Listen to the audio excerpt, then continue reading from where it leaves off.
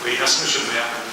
Notre conseil municipal est amené à se prononcer sur les premières attributions à des subventions aux clubs sportifs dans le cadre du dispositif Trait d'Union. Notre groupe des élus républicains et apparentés va approuver sans vote, puisque nous soutenons le soutien financier aux petits clubs sportifs, pour lesquels la vie n'est pas toujours un peu tranquille et pour lesquels l'engagement du bénévole sert l'intérêt général en rendant possible des activités utiles pour la forme physique, la convivialité de notre cité et la formation de notre jeunesse. L'occasion de ce rapport, je dois toutefois une remarque qui est une interrogation.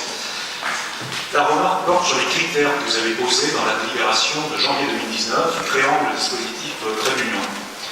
Des critères censés viser à sélectionner les projets proposés par les associations en fonction de leur caractère innovant par rapport à de grands objectifs de politique publique, la mixité femmes-hommes, l'insertion des publics fragiles, les actions éco-responsables et d'autres encore. J'avais alors fait remarquer que ces critères étaient peut-être un peu étroits et qu'il était dommage qu'il ne soit pas possible qu'à Trait d'Union d'aider des clubs tout simplement pour leurs innovations ou leurs efforts dans leur activité sportive cœur de métier.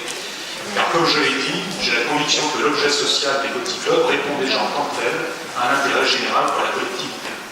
M. Fuchera, à Saint-Sport, avait à l'époque répondu assez sèchement à cette ouverture et à notre proposition d'abandon. Je constate aujourd'hui que pour certains projets retenus, il est difficile de remploi et remplissent au moins l'un des critères de votre délibération. Il semble bien que certains ont été retenus uniquement pour leur intérêt sportif. Alors je ne le conteste pas, puisque j'appelle une telle vision large, mais je vais juste remarquer que d'une part, cela ne valait pas les propos incitatifs de M. Fuchera en début d'année, puisqu'il se range à notre position finalement, et d'autre part, on peut quand même souligner qu'il est dommage d'inscrire des critères si c'est pour ne pas les respecter. C'est un peu un mal français, on pose beaucoup de règles, mais on ne les applique pas par la suite. Si vous élargissez la vocation de Trait d'Union, autant le dire dans le règlement, ne serait-ce que par équité entre les clubs.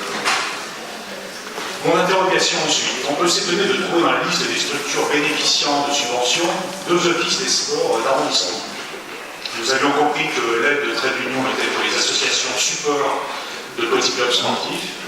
Alors sans doute que les offices peuvent mener des actions intéressantes, mais ne faut-il pas, compte tenu de l'ampleur des besoins et des moyens limités dans ces Trait d'Union, focaliser notre appui financier sur les associations, à moins que vous ne souhaitiez, comme c'est le cas avec les conseils de quartier pour la démocratie participative, mener une certaine municipalisation du sport de proximité.